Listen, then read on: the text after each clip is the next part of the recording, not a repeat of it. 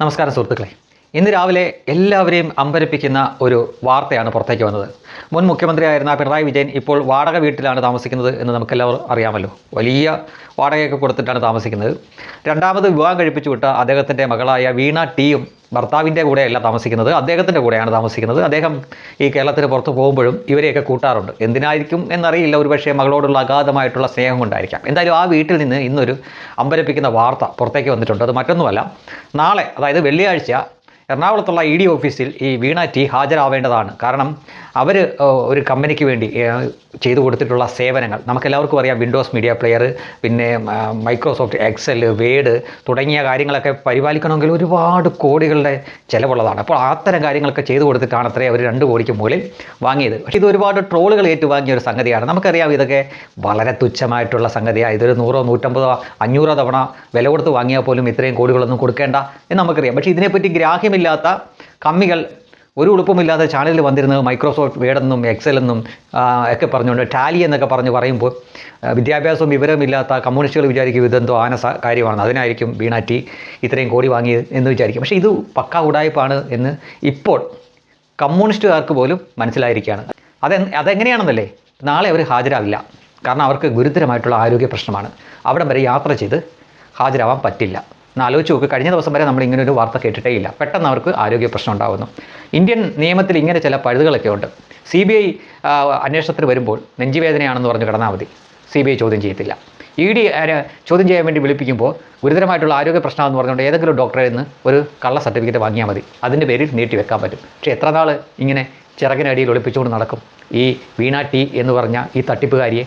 ഇപ്പോൾ തട്ടിപ്പുകാരിയാണ് എന്ന് ഈ ഒരൊറ്റ വാർത്തയിൽ നിന്ന് തന്നെ ഒരല്പമെങ്കിലും ബോധം അവശേഷിക്കുന്ന കമ്മ്യൂണിസ്റ്റുകാർക്ക് വരെ മനസ്സിലാവും. അല്ലെങ്കിൽ ഈ മടിയിൽ കനമില്ലെങ്കിൽ വഴിയിൽ പേടിക്കേണ്ട എന്ന അവരുടെ തന്നെ വാചകം കടമെടുത്താൽ ധൈര്യമായിട്ട് പോയി ED ഓഫീസിൽ പോയിരുന്ന് അവരോട് ചോദിക്കുന്ന ചോദ്യങ്ങൾക്ക് ഉത്തരം കൊടുക്കുക, തെറ്റ് ചെയ്തിട്ടില്ലെങ്കിൽ ഇറങ്ങി വരിക, അതല്ലേ ചെയ്യേണ്ടത്. അല്ലാതെ ചോദ്യം ചെയ്യലിൻ്റെ തലേദിവസം പറയുന്നു ആരോഗ്യ പ്രശ്നം, EDക്ക് മുന്നിൽ ഹാജരാവാൻ പറ്റില്ല. അപ്പോൾ അത് പറഞ്ഞപ്പോൾ തന്നെ സകലർക്ക് മനസ്സിലായി എന്തോ ഉടായിപ്പുണ്ട്. ആരോഗ്യ പ്രശ്നം എന്ന് പറഞ്ഞത് നന്നായി, അല്ലെങ്കിൽ ഈ പിള്ളാച്ചൻ കള്ളം പറയുകയാണ് എന്നൊക്കെ ഒരു സിനിമയിൽ പറയുന്ന പോലെ, അല്ലെങ്കിൽ കള്ളം പറയുകയാണ് എന്ന് നമുക്ക് മനസ്സിലായല്ലേ. ഇപ്പോൾ സകലർക്കും കാര്യങ്ങൾ പിടികിട്ടിയിട്ടുണ്ട്. അപ്പം മാത്രമല്ല, മോളും ഒരു 1.5 ഉടായ്പ് തന്നെയാണ് എന്നിപ്പോൾ എല്ലാവർക്കും മനസ്സിലായിട്ടുണ്ട്. ഞാനതല്ല ആലോചിക്കുന്നത്. ഇവർക്ക് വേണ്ടിയിട്ട് EDയെ തടഞ്ഞ് EDയൊക്കെ കയ്യേറ്റം ചെയ്ത് ജയിലിൽ കിടക്കുന്ന കുറച്ചെണ്ണമുണ്ട്. അവരുടെയൊക്കെ അവസ്ഥയൊന്ന് ആലോചിച്ച് വയ്ക്കുക. ഇപ്പോൾ IPC ആണെങ്കിലും പുതിയ ഭാരതീയ ന്യായ സംഹിതയൊക്കെ ആണെങ്കിലും അതിനകത്ത് കുറേ ഈ പഴുതുകളുണ്ട്. ഇതൊക്കെ ഓരോ സമയവും കൃത്യമായിട്ട് ഉപയോഗിച്ചിട്ടാണ് ഇതുപോലുള്ള തട്ടിപ്പുകാർ സമയം നീട്ടിയെടുക്കുന്നത്. ഇപ്പോൾ ആരോഗ്യ പ്രശ്നമെന്ന് പറഞ്ഞുകൊണ്ട് ചോദ്യം ചെയ്യലിൽ നിന്ന് ഒരുപക്ഷെ അവർ ഒഴിവാകും. പക്ഷേ ഇതൊന്നും അറിയാത്ത, ഇങ്ങനെയൊക്കെ ചെയ്തു കഴിഞ്ഞാൽ എന്താണ് അതിൻ്റെ പരിണതഫലം എന്ന് പോലും അറിയാത്ത പൊട്ടന്മാരായിട്ടുള്ള ഈ കമ്മ്യൂണിസ്റ്റ് അണികൾ EDയും മറ്റുമൊക്കെ തടഞ്ഞു ജാമ്യം പോലും ഇല്ലാതെ അകത്ത് കിടക്കുകയാണ്. ഇപ്പോൾ ഇവനൊക്കെ ഈ വാർത്തയൊക്കെ കേൾക്കുമ്പോൾ ആ അടിമകൾക്ക് ഇതൊക്കെ മനസ്സിലാകുമോ എന്നാണ് ഞാൻ ആലോചിക്കുന്നത്. എജ്ജാതി പൊട്ടന്മാരെന്ന് പറഞ്ഞാൽ എജ്ജാതി പൊട്ടന്മാർ. എന്തിനാടേ ഇവർക്കൊക്കെ വേണ്ടിയിട്ട് പോയി EDനെയൊക്കെ തല്ലുകയും കൊല്ലാൻ ശ്രമിക്കുകയൊക്കെ ചെയ്ത് കേസിൽപ്പെട്ട് നിൻ്റെയൊക്കെ കുടുംബത്തിൻ്റെയും ജീവിതം കോഞ്ഞയാട്ടയാക്കുന്നത്? നോക്കൂ, ഉടായ്പ് കാണിക്കുന്നില്ല എങ്കിൽ നിങ്ങളുടെ നേതാവിൻ്റെ മകൾ ധൈര്യപൂർവ്വം പോയിട്ട് ആ ചോദ്യം ചെയ്യലിൽ നേരിടണം, എന്നിട്ട് ഇറങ്ങി വരണം. ഈ രാജ്യത്തെ മുഖ്യമന്ത്രിയായിട്ടിരുന്നവർ പോലും മണിക്കൂറുകളോളം അന്വേഷണ ഉദ്യോഗസ്ഥരുടെ മുന്നിൽ പോയി ഇരുന്നിട്ടുണ്ട്. കേരളത്തിലുണ്ട് ഉദാഹരണം, ഉമ്മൻചാണ്ടി ഇരുന്നിട്ടുണ്ട്, ഗുജറാത്തിൽ നരേന്ദ്രമോദി ഇരുന്നിട്ടുണ്ട്. അവർക്കൊക്കെ ഇരിക്കാമെങ്കിൽ ഒരു മുൻ മുഖ്യമന്ത്രിയുടെ മകൾക്ക് EDക്ക് മുന്നിൽ പോയി ഇരുന്നാൽ എന്താ കുഴപ്പം? അപ്പോൾ ഇല്ലാത്ത ഒരു ആരോഗ്യ പ്രശ്നം എന്താണ്? അവർ തട്ടിപ്പോവാറായോ, ചത്തുപോവാറായോ? അങ്ങനെ തന്നെ ചോദിക്കണം. ഈ ഇന്നലെ വരെ ഇല്ലാത്ത ഒരു ആരോഗ്യ പ്രശ്നം എങ്ങനെയാണ് അവർക്ക് ഇപ്പോൾ വന്നത്?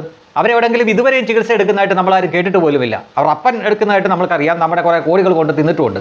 അമേരിക്കയിലൊക്കെ ആണല്ലോ പോയി ചികിത്സിച്ചത്. അതിൻ്റെ കൂടെ ആ കുടുംബം മൊത്തം ഉടായ്പാണ് എന്ന് നാട്ടുകാരെ കാണിക്കാൻ വേണ്ടിയിട്ടാണ് പുതിയ അഭ്യാസവും കൊണ്ടുവരുന്നത്. എന്തായാലും ഇതോടുകൂടി എല്ലാവർക്കും ഒരു കാര്യം ഉറപ്പായി, വീണ മോഷ്ടിച്ചിട്ടേ ഇല്ല. പ്ലീസ് വിശ്വസിക്കണം കേട്ടോ.